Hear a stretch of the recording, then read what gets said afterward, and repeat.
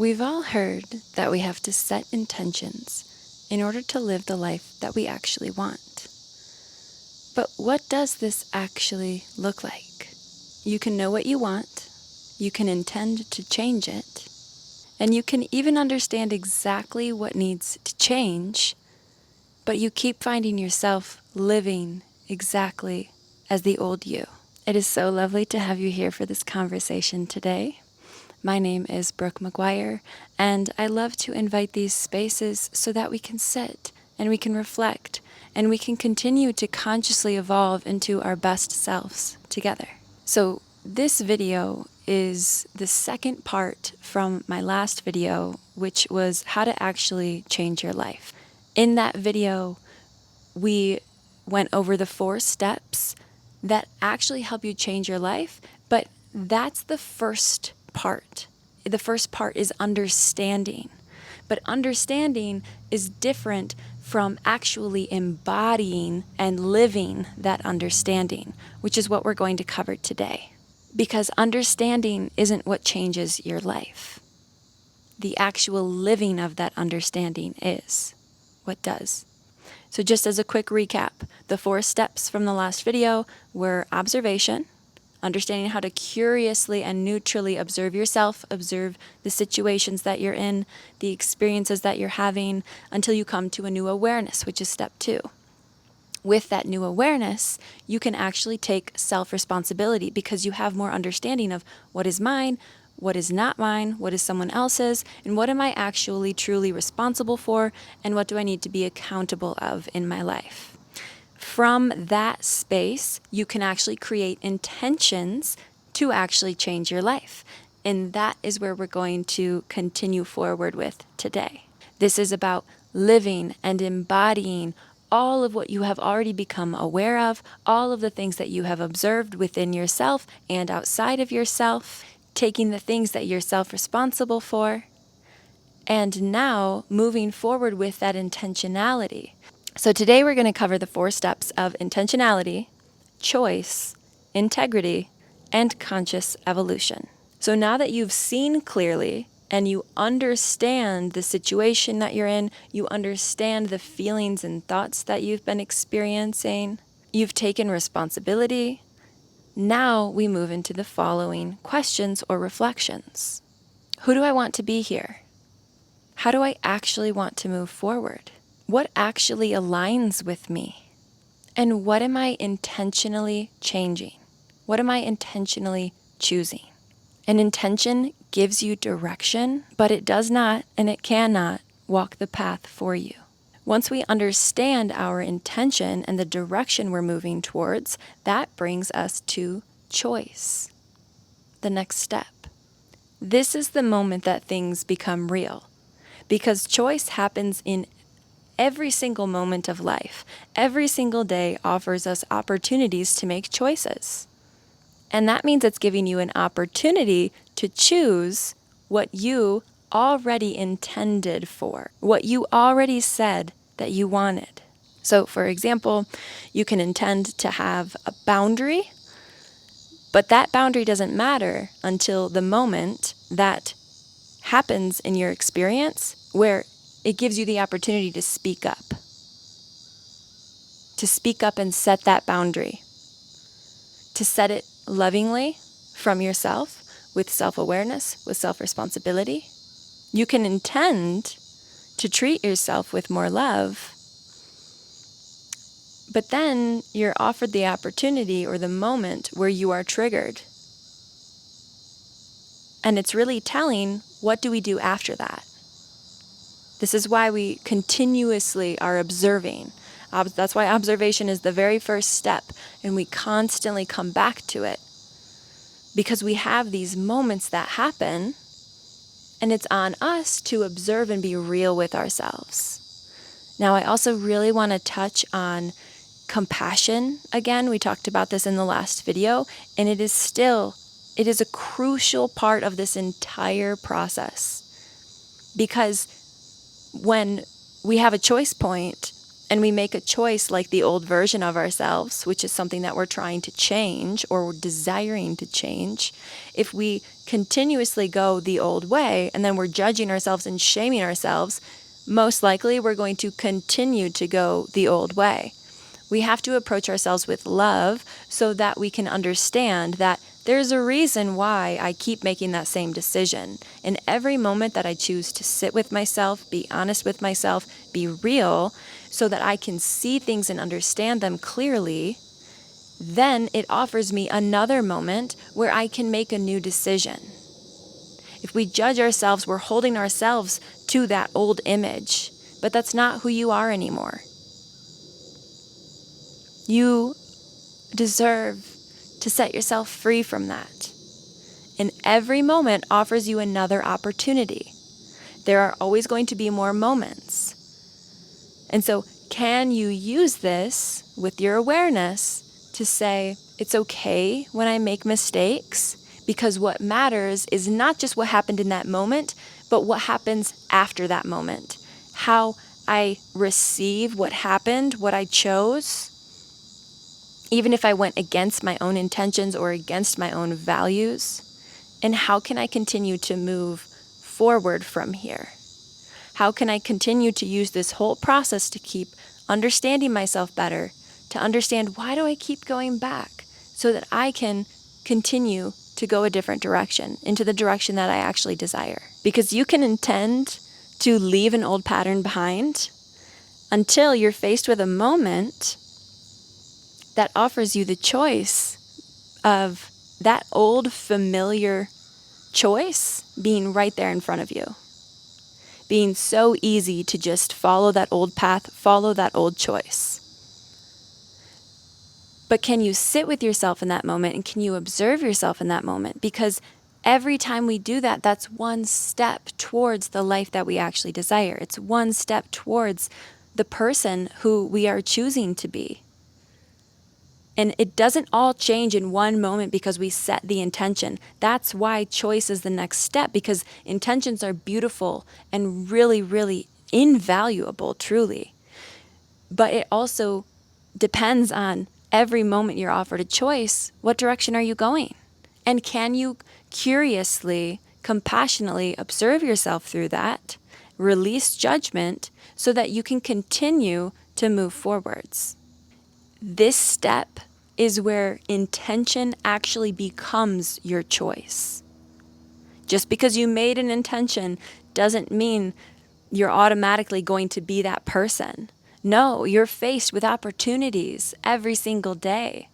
And also, I think it's really important to note on how are we looking at this? Because if we are looking at it as every moment is offering us these challenges, or the universe is constantly giving us tests, what if we switched our perspective to just look at it as life is constantly offering us opportunities? There's a different feeling, emotion, and energy with that perspective than with constantly being faced with tests and challenges that we're supposed to overcome and we're supposed to be better than. And that can also keep us away from actually being able to move forwards towards the version of ourselves that we know ourselves to be. Now that we've set intentions and we've had these choice points, our next step is integrity. And I already kind of talked a little bit about this without actually clearly stating what it is. But this is when you live what you know. So that's when the old pattern comes up and maybe you choose into what's familiar, and then you have that realization of, crap, that's not what I wanted. I can't believe that I made that choice. Well, I guess there's a reason that I made that choice. I guess it was familiar. And if I really sit with it, that's not what I want anymore.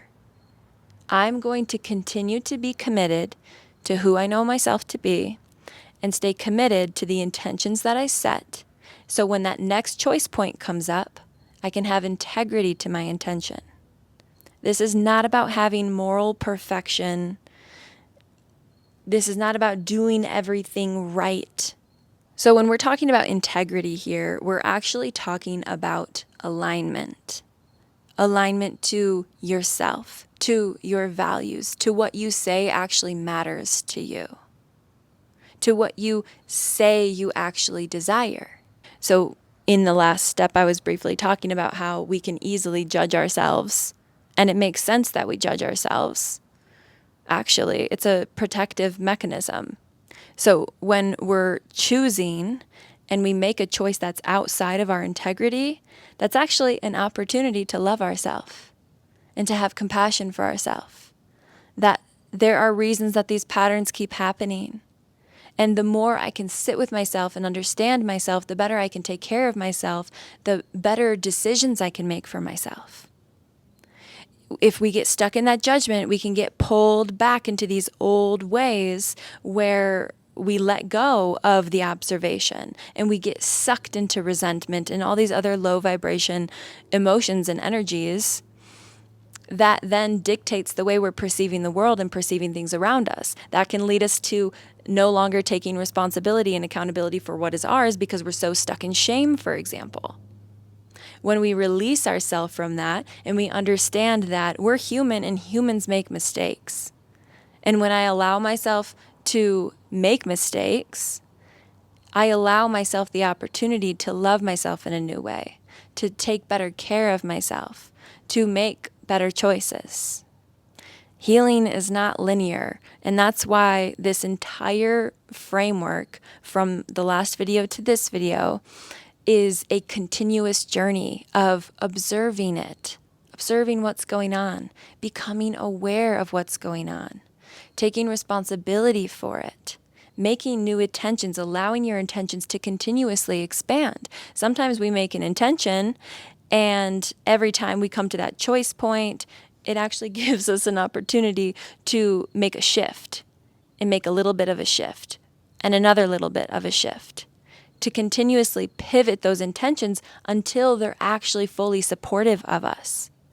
Because when we're not fully connected to ourselves, we can make intentions that actually aren't truly supportive of ourselves. I have another video on my channel all about that conversation. When we understand that this is a journey and we can continue to learn and understand, let things expand, and that even lets our evolution expand. Because when we take responsibility and we understand, it helps us to choose again. It helps us to move forward, even if it's not perfect. So once we have those intentions and we have those choice points and we're having integrity with ourselves within all of this, that brings us to the final step or layer, which is conscious evolution, which again is a cycle of this entire framework. We are constantly evolving as a species, as individuals, but a lot of the times we've been evolving without awareness. And when we evolve without awareness, we can evolve into things, into a person, into a way of life that isn't actually what we want, isn't actually supportive of who we are. But it was familiar and it was natural because of the old conditioning that we experienced and the old patterns that we were programmed with from our familial settings, from the religions we were raised in, from the cultures we were raised in.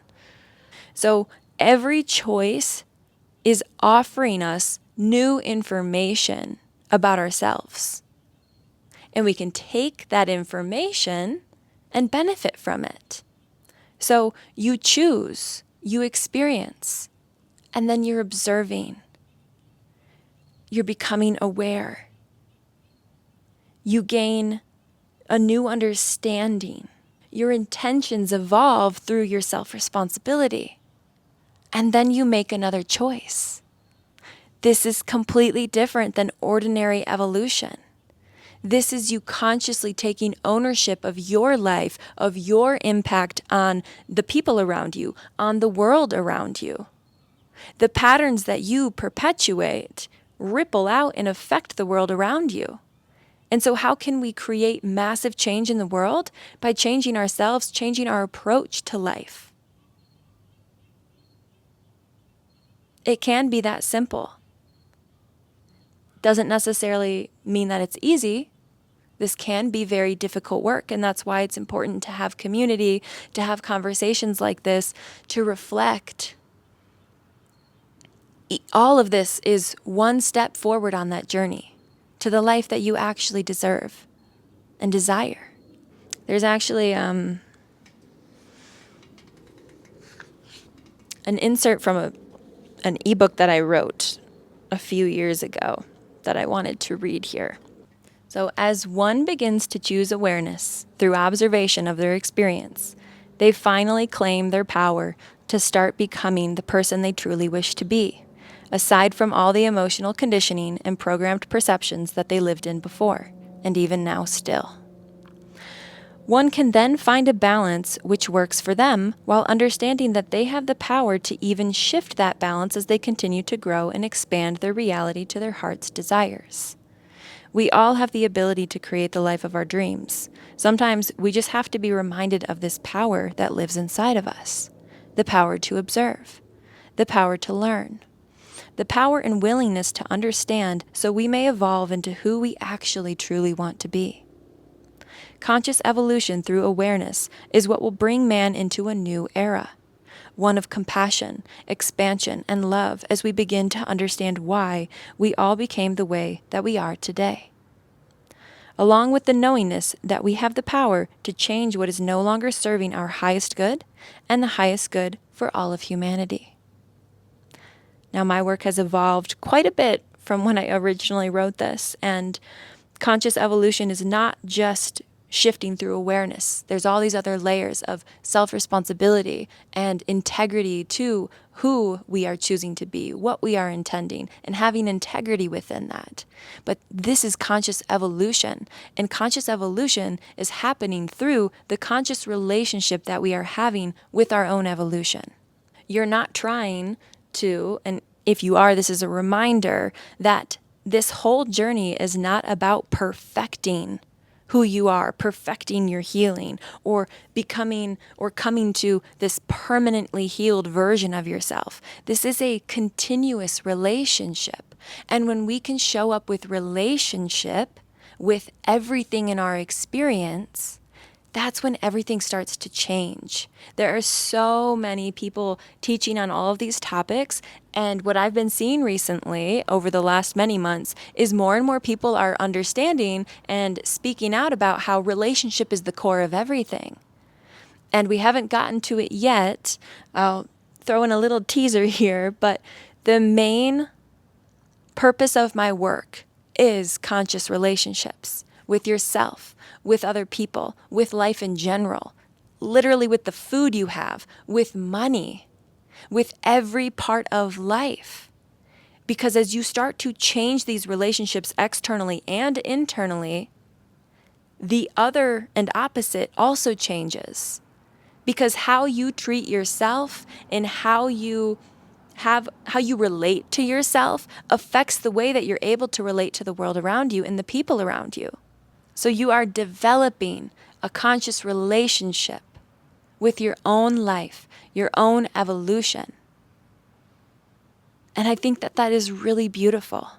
This is the work that I've been doing in my own life for the past almost 5 years now, which is crazy to think about. And I'll be the first one to say it's a journey. Just because I've come to these awarenesses, just because I'm teaching on these topics doesn't mean that I've perfected it in any way. I'm a human just like you, and that's why I love to have these conversations. Because we're here to grow and learn together. And it's an honor to share this space with you.